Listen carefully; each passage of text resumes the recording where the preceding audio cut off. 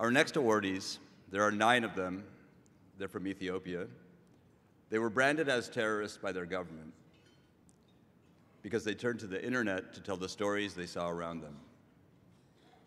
They formed a collective known as the Zone 9 bloggers. Blogging was the only way they could publish in Ethiopia, which CPJ ranks as the 4th most censored country in the world. 6 of the bloggers were jailed for their work, and the others were charged in absentia.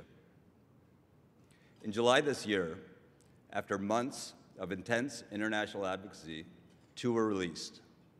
CPJ and others kept up the pressure, and just last month, the other 4 bloggers were freed.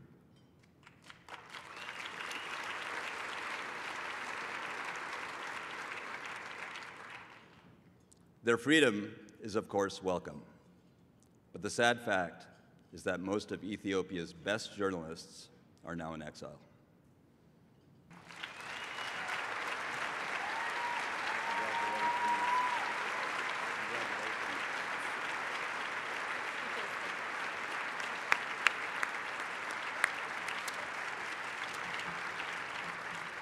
Thank you. This is very exciting. Our story begins in 2012. We love telling stories, so we logged onto the internet to tell stories and learn from stories told by other people. We have opinions, so we started to blog. The motto of the 9 bloggers was, "We blog because we care."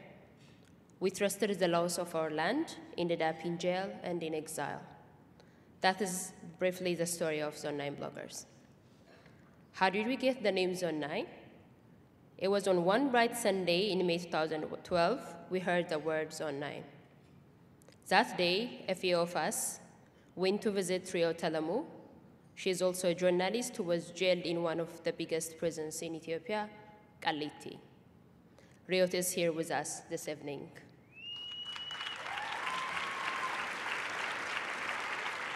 Riot's cellmate, who was also serving a long sentence on fake charges of overthrowing the government, referred to us as the people of Zone 9. We asked her why she used that strange term. She said the Ethiopian government has divided the Kaliti prison into 8 different zones. When she referred to us as the people from Zone 9, she meant metaphorically that we are also in prison, the nation of Ethiopia. That day, we named our blogging collective Zone 9. We believe our stories are stories from prison. For us, telling stories and blogging help us to understand our country better. We believe storytelling involves exercising democracy and learning responsibility.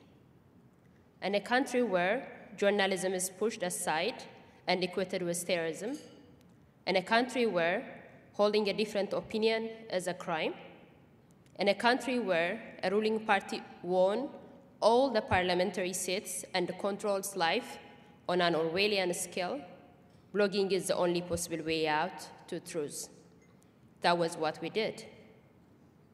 We were not able to keep blogging for more than 2 years. Some of us were exiled, and in April 2014, others of us were jailed for what we love to do, writing. We were tortured and threatened with death.